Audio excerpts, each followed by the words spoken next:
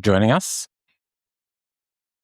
If I sound too loud in your ears, there's a volume on the side, so please just do adjust it accordingly.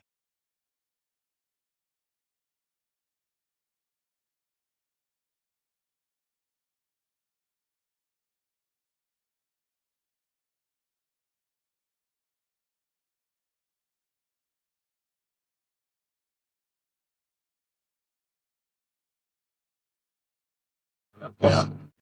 Connections. It's driving with one style.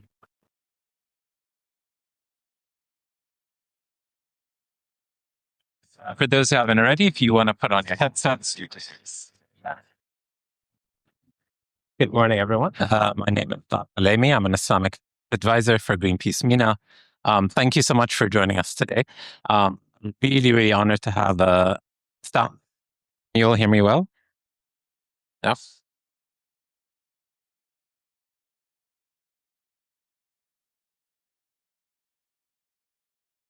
Yeah, maybe that's better. I'm really pleased to be joined by an outstanding panel, but also I see many, many experts in the audience as well. So hopefully we'll have this a bit more interactive where if there's comments, inputs that you'd like to make, I'll kind of refer back to you as well.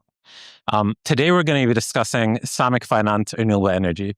I cannot think of a better place where we're surrounded by a little over 100 solar companies around us, from manufacturers, suppliers, the wider industry of there's a solar accessory company and financiers. At the same time, you may also notice that there's not as many Islamic finance institutions, both in the World Future Energy Summit, but also in this hall. And what we want to explore today is essentially why. Why isn't it that actually two very complementary industry sectors partners aren't coming together in the way that they probably should? And also because of the potential scale of the opportunity. This panel comes in a longer work of research conducted with Dr. Amar and the Global Ethical Finance Institute on the topic of Islamic finance, renewable energy. And even 5% of the Islamic finance industry by 2030 would contribute around $400 billion to renewables if it was to be invested as such. And to put it at a scale that's much larger than the current funding that's in the Loss and Damage Fund collectively. So today we hope to explore why isn't this happening? What are some of the barriers or challenges? But also what is really needed from the side of the financiers, the renewable energy developers, and also the suppliers who are also here in this room to really connect this ecosystem. And with us today, just to introduce everyone on the panel, to my left, His Excellency Maher Al Kaabi, who's the independent board member at the Sadqal Group, who's the member of the UAE Circular Economy Council and the member of the UAE IIC, but also His Excellency is really one of the pioneers in sustainability and also sustainable infrastructure really in the region, as I just found out, was living in Bahrain as well. So as a Bahraini, already have a soft spot. Also joining us is Naveen Reza, who's the Net Zero Transition and Partnership Lead at HSBC MENAT. HSBC have been really one of the key industry players and pioneers in Islamic sustainable finance, not only in the UAE, but also across the Gulf. And Naveen has some incredible case studies as well to share. And lastly, of course, Dr. Amar Al-Sheikh, who's the Managing Director of the Global Ethical Finance Initiative, our key partner at Greenpeace MENA in all of this work. Before we go to a panel, I'll go to the audience. You're all here in a renewable energy and Islamic finance session.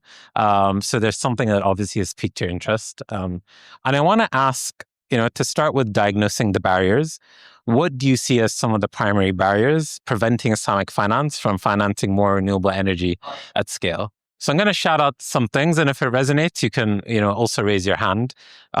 Is it there's a technical knowledge gap that exists among Islamic finance industry around renewable energy? Is that the case?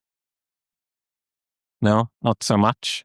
Is there a risk perception that it's a risky asset to be investing in? No such risks. Is there not a clear Sharia framework for the Islamic finance issue to fund around Islamic finance, right? Have more hands that are interesting. Is there not a pipeline of bankable projects for the Islamic finance issue? Okay, I see some of the Arena folks immediately raising their hands. And institutional capacity constraints. Is there just not enough capacity within the industry for that? Okay, interesting. So maybe just starting there, and also for the panel to reflect. If I can start with Your Excellency, as someone advising boards on these strategic investments, especially around sustainability, how do decision makers in the Gulf perceive renewable energy as an asset class as compared to conventional investments, and what do you think shapes their appetite? Sure. Thank you for your question. Assalamu alaikum wa rahmatullahi wa barakatuh. Good morning, ladies and gentlemen. It's a pleasure to be here as well to all the people over here, along with this team's panelists. I think it's important to understand the landscape of how renewable energy has shaped up in the UAE itself. If you heard about a city called Masdar, which was established in 2006, one of their core element is how to transition economy from fossil fuel to renewable energy. I think that was the beacon. And of course, their other important element for them is how do you commercialize these renewable energies, resources they come up with, or the plants they come up with. They actually do projects in over 40 countries, over 200 projects, investing over $25 billion. So that kind of instigated a lot of cooperation, family businesses, other businesses in UAE to understand, so new asset class has been born. So UAE, if you look at it, the two trending economies or trends going on globally today, one is countries are rushing to digitize their economies. The other is circulating their economies from linear economy to circular economy. So there was a lot of, I would say, knowledge sharing happening by the government to all the companies over there as on best effort basis to make sure that they understand there's a new asset class is required. And the motto the government stand by is looking at how do we make sure any new thing that we come up with, the government would be the first to adopt it, always in UAE. Second, how do we create an industry out of it? So the companies in UAE will also participate in these industries and they see the ROI behind them. The third element was also to make sure that we have enough companies not only established over here, but we share our knowledge and expertise globally, which was the pillar number 3 of Master starting back in 2006. So that has attracted a lot of companies in starting into saying, okay, let's look at this new asset class. Does it really make sense or not? Is the ROI there or not? Are they comparable to other businesses that we are in? So what would intrigue any company today is whether these, and in UAE particularly, if you don't have an offtake agreement, it becomes a bit difficult for people to invest if this is not part of their investment strategy. So the group, one of the groups as an independent board member, we have the oldest environmental company since back in 1992. Of course, we were behind co-founding Emirates MBD, co-founding Etisalat, co-founding CBDs, co-founding Dubai Insurance, co-founding Pepsi's. We do metro work, infrastructure related. We do many other things. But one of the most important vertical we have is on circularity. So we looked at one of the earlier things we looked at, what are the hazardous waste are there today, which are impacting the environment. So one of the hazardous waste which is coming on from food establishment. And one of the byproducts which comes out from these hazardous wastes actually becomes a feedstock to one of the plant we just opened up last year, beginning of last year, which is taking that waste and converting it into biofuel, which is very much needed when it comes to renewable energy source, one of the renewable energy source. But for us to do that, we had to also look at it that is it sustainable? Can we make money out of it or not? It's not easy to make money out of it. Also, of course, solar panels are relatively easier now because it became very cheaper. China produced them 1 cent to the kilowatt now. 20 years ago was very difficult. So the main thing I want to leave it with on this question is it's all about usually the ROI. No matter how much we say environmental and so forth, if it's not sustainable business, it will be very difficult for people or companies to go behind them. Then you require really either NGOs or you require sovereign wealth fund, you require government to come and back these come up. Thank you, Your Excellency. And maybe Naveen, just reflecting on, that from your position at HSBC, MENAT leading net zero transition partnerships, what barriers and opportunities do you see, and maybe what in the experience of Islamic do you also resonate with? Assalamu alaikum. Good morning, everyone. Thank you so much for having me and inviting me here. For the audience's information, so my career actually started in Islamic finance within HSBC when we had a global brand called HSBC Amana, which now we have in Malaysia. But, so really that, and I now work in the MENAT sustainability team. So that intersection between Islamic and sustainable finance is very close to my heart. And, you've raised some very good questions, and Your Excellency's raised some very good points as well, in terms of why isn't more capital flowing into green and sustainable finance? Why is more Islamic capital not flowing there? I think if you look at the renewable finance, or sustainable finance industry as a whole, what we're seeing in HSBC, we're seeing a two-speed transition, where the clean electrification, smart grid infrastructure, solar, wind, these are all very established technologies, and they obviously had to start somewhere. And when they started out, they were very expensive, and they were, people were unsure of their reliability and the returns case. But that case has built over time, and now these are very established, and they are accelerating very quickly. At the same time, you've got heavy industries that are trying to, that are hard to abate. And those transitions are moving slower. And, whether it's like, the cement industry, construction, whether it might be aviation, etc. So we're seeing this two-speed transition where the clean electrification is going ahead quite quickly. But then the hard to abate sectors, we're finding it more difficult, and they are moving sort of slower. And then to add to that, in terms of barriers and opportunities, of course, new technologies are always an opportunity.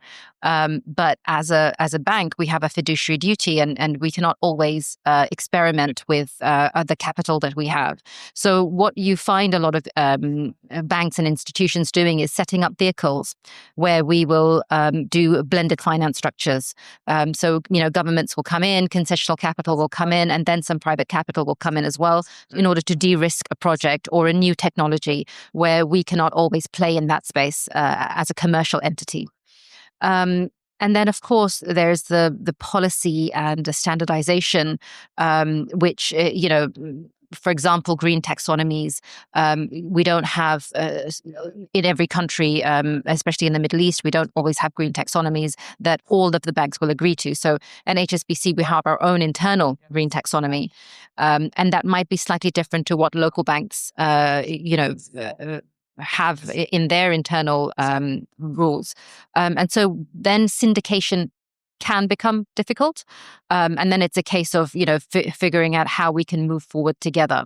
So, policy gaps or taxonomy gaps as well can form a barrier. But I feel like those things are now becoming less of an issue, and the syndications are becoming easier as well for the very big sort of mega projects that we're seeing in the region.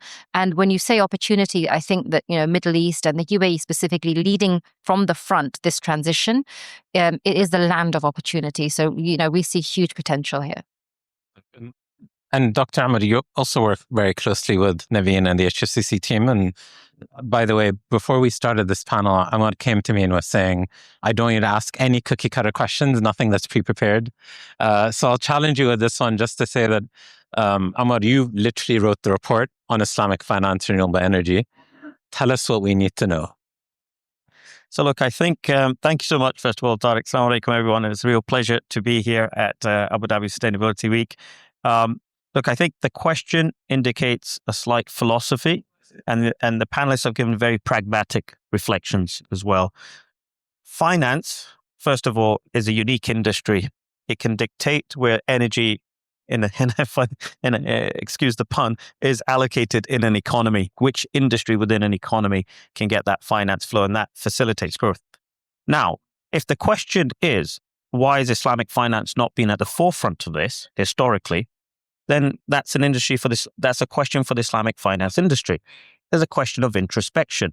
When it was formed, how it was formed, what was it looking to do? Was it looking to simply copy-paste existing banking modalities?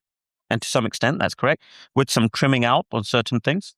Or is it a form of finance that is very specific? So like you get asset financing companies, you get different asset classes, you get banks which specialize in agri and different sectors and so on and so forth. So there's a question for Islamic finance to define its own philosophy, which can only sit alongside its market logic, its moral market logic, because it has the principles uniquely of a Abrahamic faith tradition.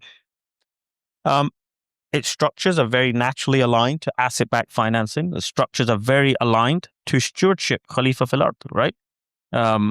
So in a way, its essence and its spirit should be able to navigate this profit and purpose in a way that conventional, secular, agnostic finance doesn't necessarily do, because it looks at exactly the thing His Excellency mentioned, ROI. What's the return on this? What's my risk on this? Is it scalable? Do we have a pipeline of investable projects, right? And in any sector, in any transition, you never do at the beginning. That's where you need pioneers. That's where you need visionaries. And that's where actually I think Masdar and the UAE at large has proven that. At COP28, it was very interesting. The UAE Central Bank made a statement. It said it wanted Islamic finance to be the face of sustainability in the region. And I think last year, Naveen, correct me, Sheikh Mohammed said they want to triple the size. And the UAE Central Bank government, they want to triple the size of Islamic finance. And a fantastic announcement just the other day from Emirates, NBD. $1 billion. A $1 billion, exactly. It's $1 billion green-blue bond that was issued from an Emirati bank, the largest bond by any financial institution ever in this space. So the leadership, the vision is here. But I think there's also a question of Islamic finance reflecting a bit as well. And saying, who are we? What do we want to do? What do we want to be? And what do we want to see? What type of an economy do we want to see? Do we want to see a circular economy where we think a bit more holistic rather than traditional capitalism as is dictated market structures, very linear post-industrial revolution, very linear approaches? Or do we go to all the offtake here, the waste byproduct here, the waste it all feeds into that circular sense? And what we also have uniquely in Islamic finance is it sits within, is located within Islamic economics. It's not dislocated from that. It should sit within the Islamic economic framework, which has its own moral market logic, which means there's $600 billion per year of concessional funding through zakat, sadaqah, awqaf, which is there to help create some of those blended finance instruments, Naveen, that you mentioned. So the opportunity is huge. The commercial underpinnings are strong as well, but there's also an element of belief, which is where I think the secret sauce comes in, the logic and the magic. If you can tie the two together, you can really see Islamic finance, Islamic economics play a major role in driving the clean, green energy development around the world. Thank you very much. I wanted to add, and I think amazingly points mentioned over here. Just to qualify, I've been a banker for over 25 years, of which 15 years was in Citibank, Citigroup, locally and internationally in UK. 10 years of the 10 years I was in a local bank. From faith perspective, I've left Citibank to go to an Islamic bank. So it was a Dubai bank, which was acquired by the group I am sitting on board, which is Emirates NBD. So I was the global head for the Islamic bank. The challenge I face, in addition to all the things correctly you mentioned, is the understanding of how to structure something seem to be complicated, but it's not complicated, right? Particularly when it's a very long-term finance, because the payback takes a very long time. Although it is changing, so let me also say that again, reiterate it again. So if you look at the local banks, those who have certain expertise, they may not relatively have expertise in these new asset classes. So they always keep aside from that thing. When we used to manage things at corporate level in Citibank, for example, and we do anything complicated, let's say we're doing a financing, leasing the first Emirates airline 777 over here, we had to fly a credit head from London to come and tell us what's the macroeconomics globally for the aviation industry before we come and finance one plane in UAE, just to get that perspective. So take that and let's see whether we have these experiences in the local banks and the Islamic banks, at least I'm talking about the GCC region. And that had to evolve. So what happened? Banks started embarking people with experiences from other organizations who have relative experiences in different industries if the bank wants to diversify their asset classes. But it's a difficult chain as well, because the board need to be aware of it, because at the end, the investment committee is comprised of the board of members. So they need to be aware this asset class, we didn't know this asset class is there. What are the risks over there? So there's a huge things to be managed in terms of risk. The people in the risk in the risk department themselves, the risk management, whether they understand, the CRO, whether he understands or not, the people who are doing the fulfillment, the relationship manager. So it's a full supply chain within the bank, whether they understand this new asset class. Again, I reiterate, it's been changing, and that's why you didn't see a huge uptake by the Islamic banks in the past. But we hope that this would also change, hopefully. And Your Excellency, if I can just also maybe ask on the investment committees and boards, what do you think it would be required to shift that into a strategic priority? I believe knowledge. Usually what happens, particularly with local banks and banks in GCC, they look after something. Again, I borrow the word fiduciary responsibility. So they believe they're more, want to be more compliant than anybody else. So if you look at the capital requirement in UAE, if you look at the vis-a-vis the international bank, we are overly capitalized in that perspective. You know, in Citi, we were neck to neck. Every 0.5% makes a difference for us because the return on asset, return on capital, very significantly over here. For us over here, we are pre-liquid, pre-capitalized. So we want to keep that safe cushion. And because we cannot keep that safe cushion, so I would say the board members are directed to go to these sectors which are easily trackable, ROI is clear, short term, you can get them done. But I think while it is changing, you require more direction and push from the government. I'm talking now generally, but in UAE, it has been changing quite a lot. And evidence of that, Emirates MBD, as mentioned, $1 billion bond, which is an amazing one. And prior to that, if you realize in COP28 as well, there was a kind of a pledge by all the banks, a 1 trillion dirham, which is $280 billion, if I remember correctly, by all the 6 major banks in UAE pledged for anything to do with circularity and economy. So UAE banks are changing. Of course, the neighboring banks are also changing. And I'm sure slowly, all the other banks will catch up because the knowledge sharing is happening. The asset class itself, that economy itself is been booming now. So it's been like more than 20 years into the play globally. So you can see it's seeping through now. There's a lot of standardization required of documentation to be there. And this is where syndicate banks come and help. So if you have an IDB coming in, so they have their standard documents, they help us, they help all the banks who are participating in the syndication, then it makes it relatively easier. Although I should struggle a lot with the other Islamic banks because I still see their structure was not correctly done. And I participated in Central Bank UAE to actually come up with 2 standards, piggybacking on IOFI, which is the Murabha and Ijara standards. And we were 5 committee members to come up with the standards, which is more relevant to the UAE itself. But some of the times I see some of the documentation, and we revamped the entire documentation of Islamic banking, and I gave it for free to all the Islamic industrials to make it very simple, even for large companies to come and participate. Was the Islamic documentation artistic? I'm not joking, by the way. To review them by local and by legals, it's like really a bungler thing. So I made it this way, making the main documents very few pages, 10, 15 pages, which was mind-blowing, and everything becomes an appendix, becomes a standard, so nobody can question on them. This was before ChatGPT. Oh yeah, of course. This was, I'll tell you when. It was in 2008. 2008 I started the journey. In 2010 I done it, and then I distributed to all the banks in UAE, all the 52 banks. And my boss was saying, you spent $200,000 on it and you give it for free. I said, yes, I want everybody to start using it. So just building on the point of His Excellency, the documentation, what we're seeing as well is some level of green hushing happening a little bit in the last couple of years, just from the geopolitical environment and the headwinds that we find ourselves in. So some companies are shying away from the labeling. So when you label a green loan or you label something a sustainability linked loan, it comes with additional documentation. It comes with, you might need to get a second party opinion. You might need to get your KPIs verified. You might need to sign additional documentation. And then if you add a layer of Islamic finance on top of that, so it can make things more complicated, or at least the perception of things more complicated. Although an Islamic finance transaction is an Islamic finance transaction, and you can just do, you can make it a green sukuk. But when you add the layers of complication and extra layers of documentation, sometimes we find that clients are not willing to do that. So sometimes even clients will, although they could go for a sustainability linked product or a loan as such, they're not necessarily wanting to go down that labeled route.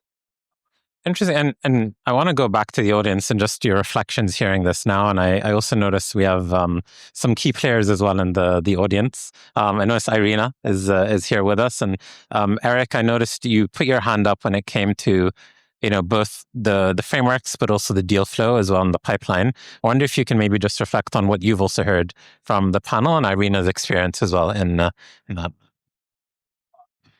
Thank you. Introduce yourself as well. Yeah, no, so my name is Eddie Grisadaja. I work as the Deputy Director of the Project Facilitation Support Division in IRENA. Some of you might know IRENA is the International Renewable Energy Organization. We are being hosted here by the the government of the UAE, but we are an intergovernmental organization with 171 member countries around the world. So we are the global organization with the global mandate to promote renewable energies in our member countries. One of the ways that we do that through project facilitation, we have a series of platforms and services in order to get projects from our member countries, public and private sector, and we connect them with the financial institutions that will be willing to invest on those projects through blended finance or sort of different products. One of the challenges that we encounter, and that's why I raised my hand so quickly when you mentioned the pipeline, is that we understand that around 2 to 10% of the total project cost goes into the development part of the project. But there are very few players that are willing to invest on that side because that's very high risk, and you have no guarantees that you're going to get your money back. The other point was also the return on investment, as was rightly so mentioned during the panel. We get a lot of projects, especially from smaller players, that they have very good ideas, but they are not so well known, and their balance sheet is not so strong. And they come with a very good, let's say, very good technology, very good case, very good social and environmental impact studies, but they are missing that return of investment. And it should be the central case, otherwise it's not sustainable in time. So that is also something that we're really trying to close the gap there. So the gap on development, identifying those institutions that will be willing to invest on pre-development and development, and then also making sure that the projects are bankable. And we have that strong return on investment that is clear what investors are looking for. Thank you so much, Eric. And also, if I can pass it to Sheikh Hamid Abdul Mubin, the head of the Sharia Department at Standard Chartered Bank. And we were also just talking about, documentation and guidance.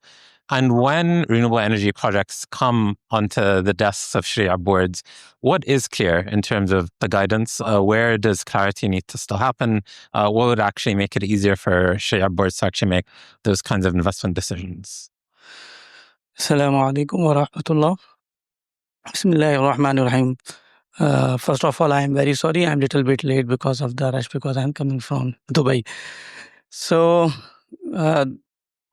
if we see from the Prophet guidance and from the legal maxim, mean from the Sharia legal maxim perspective, if we see, so renewable energy actually fulfill the Sharia requirement. Number one, if we see the Prophet saying that la zarara wa la zirara, no harm and no procrastinating harm. So this is the base. The second one is, if we see the maqasid Sharia, which is objective, Sharia objective. So it directly touch to the protection or preservation of health, and also preservation of wealth, and protection of the environment. So these points are clarify that renewable energy, if they use, so this is not harm to the public and not harm to the world actually. And secondly, this is also very much clear that because most of the renewable project actually they are backed or linked by the asset. So if we see that solar panel or hydropower system or something like this, so they are the asset based. So the mode of financing actually established on them as well, such as ijara or istisna plus ijara or musharaka, maybe it can be used over there. So from that perspective, it is clear that Sharia has no objection on utilizing such type of project or such type of item or the God gifted. Actually, these are, if we see that these are the God gifted things which is given to the mankind actually. So it can be financed on a Sharia basis. This is the number one. And number two, that's the second part of your question. actually, which is still uncertain or not clear. So if we see that from governance, if from governance perspective, we can say that there is some clarity actually required over there. Clarity, or you say more scrutiny actually required over there. That as I mentioned, that there should be a clear asset, okay, and where actually on the what basis the project actually financed. It is on idara or it is on the musharaka basis, and also there is so many risk element are over there. So this risk from the construction to the operation, from the development, such type of things are involved over there. So these type of things are very much clear and clarified to the when we developed actually the project financing on the basis of that one.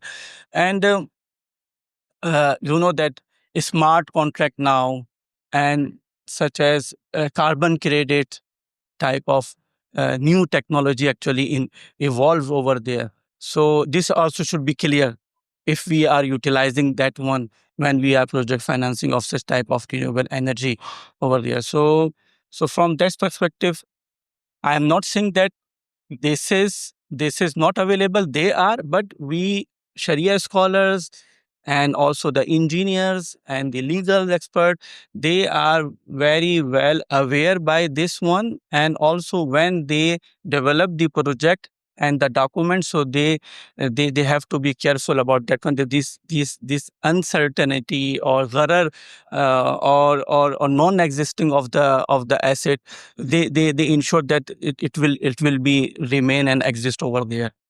Thank you very much, Sheikh.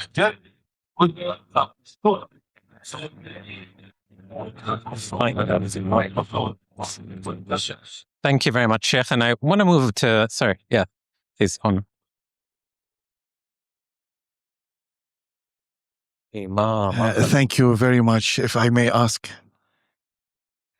My name is Sal Jafar. I am the CEO of ESG MENA. We are the first and only ESG knowledge hub in the region. We talk a lot about institutional investments when it comes to Islamic finance and all that. But what about SMEs? For example, I myself bought a Tesla through Dubai Islamic Bank, which is personal Islamic finance. By default, it is the best in the market, across the market. But what about other SMEs? How can we basically develop Islamic finance, green finance knowledge among the public about the SMEs, the startups, and all that? And also, how can we make sure that providers are basically catering to those needs that represent an essential part of the economy in the region nowadays? Maybe Omar, you can talk about ISFI. So also maybe Amar, if I can ask you, like I think ISFI and also Amar, you worked on the Educate framework, obviously with Greenpeace MENA, and you had looked at what is really required as interventions across the entire ecosystem, both from an advocacy capacity and also as well in terms of connecting developers and beyond. I wonder if you want to share a bit more about that. Want me to go first, and then you can. Yeah. So the UAE Central Bank, as His Highness, His Excellency mentioned, they have been really strongly pushing Islamic sustainable finance. And I remember I was having this discussion with my sister, and she said, "What do you mean Islamic sustainable finance? Islamic finance is sustainable." And I said, well, not necessarily, right? Islamic finance has all the elements and all the principles that it should be sustainable, but that doesn't necessarily mean that Islamic capital is flowing towards that real world impact that we would like for it to see. But when the UAE Central Bank released 10 guiding principles, and they specifically focused not just on Islamic finance, but they specifically focused on Islamic sustainable finance. And one of those 10 principles was that the banks have a duty to actually do capacity building and knowledge sharing on Islamic sustainable finance. And also that banks should have an Islamic sustainable finance strategy. So, these things coming from our central bank is a really good policy signal. And hopefully all banks will adopt that, and that we will have more education, because it's not just Islamic sustainable finance that needs education. I feel like even sustainability needs a lot of education, grassroots education going up. So it's not just capacity building within us and industry practitioners and customers, but even younger than that in schools and universities, we need to do a lot of capacity building. So it would be amazing for us to see Islamic sustainable finance courses at universities and for practitioners to take, etc. And this is something that Omar's done a bit of work on as well. Yeah. So look, we have a view to build an ecosystem. You need three key pillars. Number one, the enabling policy environment. That includes the signaling, like Naveen just mentioned from the UAE Central Bank. Number two, you cannot sell something, you cannot regulate something which you do not understand. So capacity building. And that has multiple layers. So harmonized understanding what it is. Everyone's got their own different version of green. How green is your green? Or how deep is your love? So how green is your green is what I say. And then you need number three, products. You need demonstration effect. Without the practical products on the market, it's all just nice concepts and theory. So they're the three core components that us at Jeffy believe you need to successfully build an ecosystem. And that's measured in decade cycles. It's not measured overnight, and they all interplay and synchronize. So what we've been doing across all of those areas with HSBC, with Greenpeace, is exactly that: capacity building, reports, thought leadership, harmonizing understanding, working with product providers to create new and pioneering products that integrate sustainability. I guess the question, though, still comes to one thing, which is, it's very easy for us to say, oh, we can go for the simple option. The directors of the bank, short returns, ROIs, etc. But we're at a unique point in history of humankind. When we had the global financial crisis, just 2008, everything we knew about free market economics didn't play out to be true. Quote, that's not my words, that's a quote from Alan Greenspan, because obviously I'm a nobody and he's the former Fed, right? Let me give you another one, Lord Turner. Most of our banking is socially useless. Yeah, this is the head of the FCA. Right? Mohammed Yunus, the banking industry is upside down. Upside down. The pioneer in microfinance, Banker to the Poor, lovely book of those you should read. So we are at this unique opportunity where vision, leadership, and courage will be required. We can no longer sustain the planet and our demands in the way we have been doing it. So without those components, we won't be able to navigate this. Now you can hunker down, go back to safe, or you can be brave and you can try to re-engineer, replumb the whole system, which is why the circular economy approach is critically important. It's not just the finance. The whole system needs to be re-engineered. So you cannot take renewable energy outside of the conversation of sustainable ag, or outside the conversation of off-grid localized, solar solutions, right? And economic development and empowerment. It doesn't work that way. It has to be now fully integrated, which is different to the economic theories that we had maybe 40 years ago, 50 years ago, or post-World War II. So I think there's a phenomenal opportunity. And in that space is where Islamic finance has a chance to step up. Because Naveen, you talked about additional documentation, right, for green third-party opinions and et cetera, all this. But guess what? We had the exact same conversation when we started Islamic finance. So no one's going to do it. It's additional documentation. And it actually was all the lawyers who made all the money, right? In the industry, as you were mentioning earlier. Oh, it's a haircut on performance. You can't invest in as many stocks. You won't get diversification benefit. But through to the talent of people like Naveen and people like Maher and many others, we've managed to create, and Sheikh Mubin as well, a $5 trillion global industry has developed in front of our eyes in the best part of the last 20, 25 years. Fastest growing segment within financial services.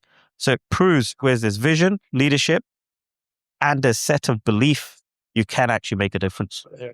And if I may add, I'm still borrowing things from them, just kind of amplify it, but I think you're looking for SME, and I'll come to that as well. I think leadership is a key.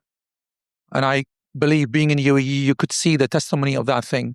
And when His Highness, the founder of the country, was asked, Sheikh Zayed bin Sultan Nahyan, may Allah be pleased with his soul, when he was planting trees back in 60s and 70s and 80s in desert, he was asked a question, he was posed the question, he himself would go and water whenever the occasion arises.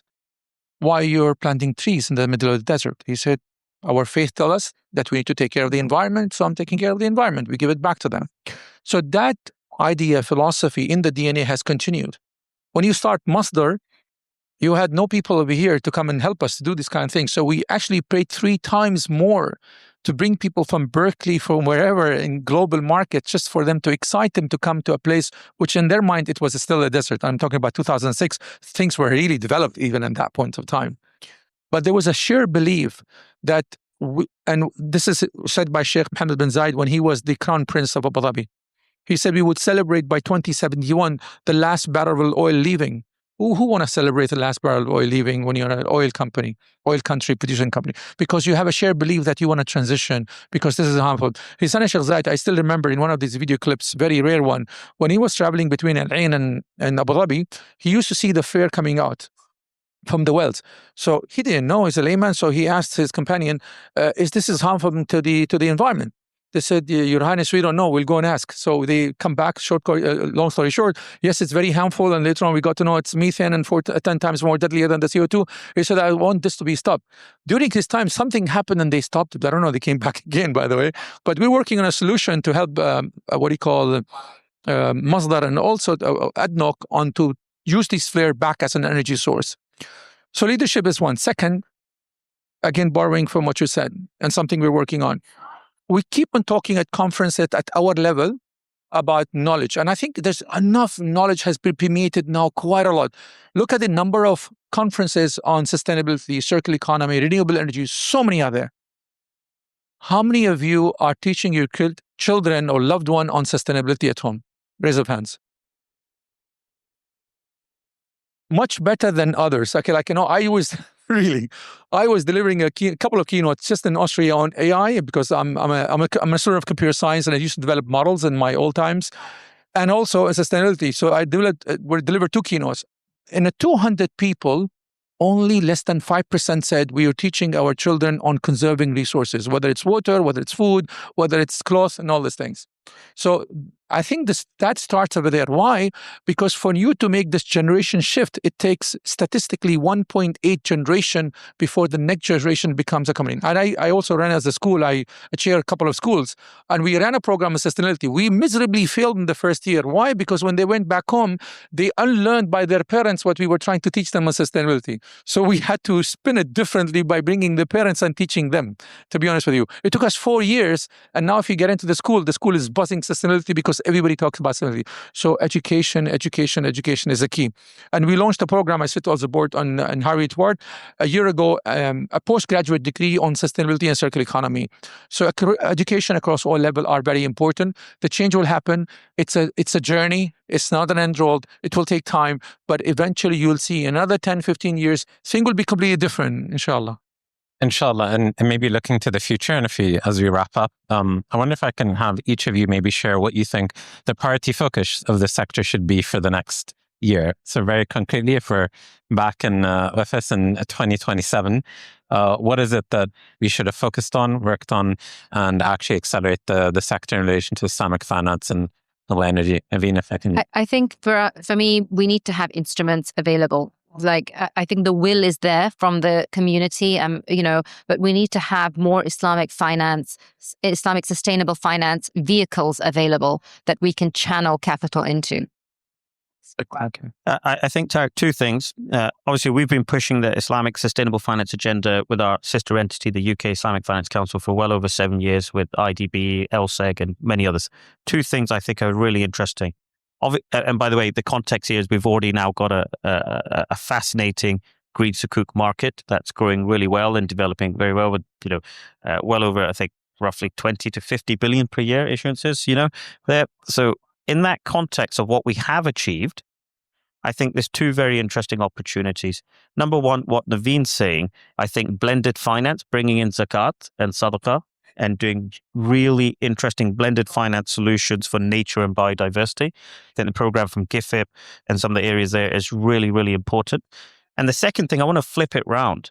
Rather than saying fund renewable energy, which I think we all agree on, makes commercial sense and is aligned, as the Sheikh said, on with the maqasid, I think there is a case to flip back round to call as the work, some of the research we've done, and look at coal as the dirtiest of the fossil fuels and ask the question, not based on climate, but based on health, is that if Islamic finance can ban youth as an industry from investing in tobacco, right, because of the health implications, why can it not ban the investment or make a Darura scorecard, limit or restrict the investment into coal because of what Sheikh Zaid said, the methane, the kind of coal, the respiratory illnesses specifically that coal creates? Because the death numbers there are actually comparable. It's not like, it's not any different. And many scholars have said to smoke individually is makruh. Individually, there's not a blanket ban on it, right? At an individual social level, but as an industry, we took a blanket ban. So can we revisit Islamic stock screening and reassess the priority, the need, and where we constrict investing in coal? So it's the other way around rather than the case for renewable energy, because I think that's very strong and it's very obvious. Thank you, Matt. Your Excellency, I'll come to you in a moment. Maybe also, if I can ask you, Sheikh Abdul-Mubin, if you also want to reflect on just also what Omar shared, and what do you see from a Sharia board perspective as our focus areas for this year? I think, as I mentioned earlier, that we are, greenwashing. Okay. So we must ensure that there is a green sukuk or green project is going on. So there is some verification from the authority. And also when we develop the contract, contract or the legal documents, they are very much clear on that one. So as being a Sharia committee member or something, so I definitely advise that the contracts are very much clear, which define that where the risk, where the liability, where the accountability, where the governance actually control going on over there. This is very important. This is just not only you say that this is the green or this is the renewable energy. No, but this should be verifiable. And as I mentioned that because this is aligned with the Sharia, so that's why this is just not only the responsibility of the banks or responsibility of the project runner or who is actually on the project, but no, this is the responsibility of Sharia as well, that they ensure and they conduct the audit or review of the project, just not only from the contract perspective, from the real outcome perspective as well, that the outcome is as agreed and as mentioned earlier. So it is like this. So these are the very important element, that the good governance, good control, and also that this is just not only greenwashing. There should be existence of the asset, and they are working properly or not. Such type of things are actually just not only part of the general audit. This is part of the Sharia audit, and the basis of that one, then the Sharia report will be issued on that one, whether they follow the requirement or not. Thank you, Sheikh. And Eric, if I can also ask you on priorities maybe for Irina around Islamic finance and alternative finance, also given obviously the economic context that Irina now operates in. Yeah, for us, the partnerships is the main priority. And why partnerships? Because we need to understand that we don't want to duplicate efforts, and we also need to complement each other. Be humble enough to know what we are lacking in terms of knowledge, what we're lacking in terms of convening power. So we are focusing ourselves in creating that partnership. So we work with the likes of the Islamic Development Bank, the Emirates Development Bank. Masdar is also one of our major partners, where they have committed a certain amount of capital and they say, we want to invest this, bring us projects, because you can complement our efforts for projects. The Islamic Development Bank, they're asking us to develop a training for their bankers when it comes on evaluating renewable energy projects, because that is something that they are looking into as well. So we're putting this package together to bring it to them. They already have this Islamic finance background, of course, but they recognize that, okay, perhaps we have been looking at other kinds of projects. Renewables is kind of new for us. Let's look into this and see how we can meet the two. So developing these strategic partnerships in order to complement each other without duplicating the efforts is key. Fantastic. Thank you. And Your Excellency, last word to you around looking to the future. Sure. Most of the big projects are actually very heavy in terms of investment requirement. So for you to ensure that you get the right ROI, you require an offtake agreements. One of the projects we're evaluating is SAF, Sustainable Aviation Fuel, and His Highness Sheikh Ahmed visited us and he told us, look, I know you're working on SAF, so when it's going to be flourishing and being there? I said, look, if you promise me an offtake agreement, I would immediately start and commence working on it because these are extremely expensive projects and we're evaluating 4 or 5 companies who can be a strategic partner for us. We want to make sure that we develop them in UAE itself and not rather doing it somewhere else and bringing it over here just to avoid the CO2 emission as well. I think then offtake agreement by government becomes the paramount, particularly for large-scale projects.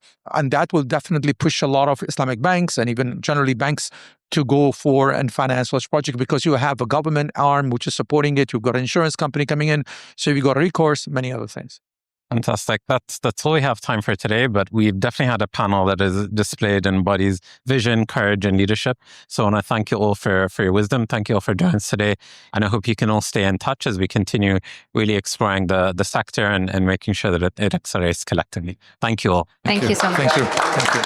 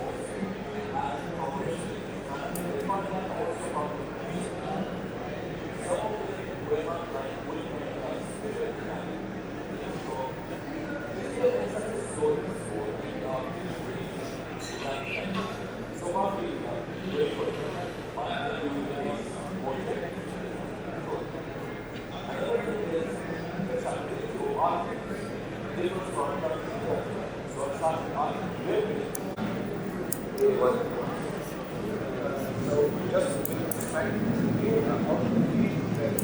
we always have